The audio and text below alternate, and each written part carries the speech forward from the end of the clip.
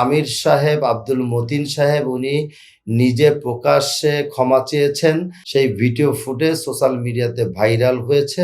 আপনারা অবগত আছেন কিনা আমি জানি না। গত ১ সপ্তাহ তারিখটা আমার মনে নেই।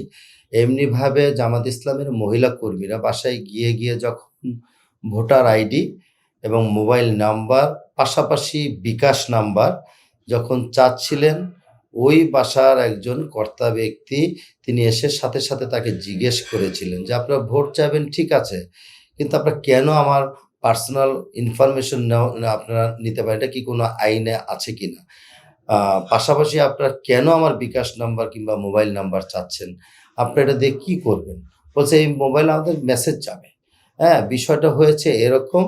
আর এটার উপর ভিত্তি করেই ওই এলাকায় উত্তেজনা সৃষ্টি হয়েছিল এবং উত্তেজনা সৃষ্টির পরে এলাকাবাসী তাদেরকে ঘেরাও করে রেখেছিল। এর মধ্যে ২ জন মহিলা কর্মী দৌড়ে পালিয়েছে। সেই ভিডিও ফুটেজ সোশ্যাল মিডিয়াতে ভাইরাল হয়েছে। বিভিন্ন মিডিয়া, ইলেকট্রনিক্স মিডিয়া সেগুলিকে প্রচার করেছে।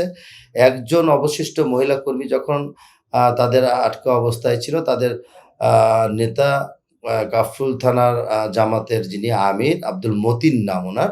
এক্সট্রিম মশার কয়েল প্ল্যান্ট ফাইবার দিয়ে তৈরি। ডেঙ্গু, চিকুনগুনিয়া বাহি সহ যে কোনো মশার বিরুদ্ধে দেয় এক্সট্রিম সুরক্ষা। ওনাকে যখন কল করে তাকে ওখান থেকে ছাড়িয়ে নিয়ে যাওয়ার জন্য তিনি তার ২০-২৫ জনের দলবল নিয়ে সেখানে উপস্থিত হন। উপস্থিত হওয়ার পর এলাকাবাসী সহ তাদেরকে আবার ঘেরাও করে। তখন আমির সাহেব, আব্দুল মতিন সাহেব উনি নিজে প্রকাশ্যে ক্ষমা চেয়েছেন এবং বলেছেন এইরকম অনৈতিক কাজ আর কখনো করবে না। এটা সোশ্যাল মিডিয়াতে আছে, আমার কাছেও আছে। সব জায়গায় ভাইরাল হয়েছে। এই অনৈতিক কাজ তারা অব্যাহতভাবে করছে।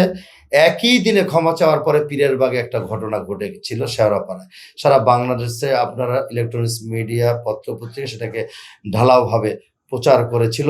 এমনিভাবে এই যে এনআইডি এবং বিকাশ নাম্বার, সেখানে অনেক ঝামেলা হয়েছে, মারামারি হয়েছে। তাদের দাবি তাদের ২৫ জন নেতাকর্মীকে নাকি বিএনপি মারধর করেছে। বিষয়টি এরকম নয়, এলাকাবাসীরা এই কাজগুলো করেছে। পরবর্তীতে আমি যখন জানতে পারলাম, আমি তখন সেনাবাহিনী এবং পুলিশ কল করে পরিবেশ নিয়ন্ত্রণে আনার চেষ্টা করেছি। এটা আমার দায়িত্ব থেকে আমি করেছি।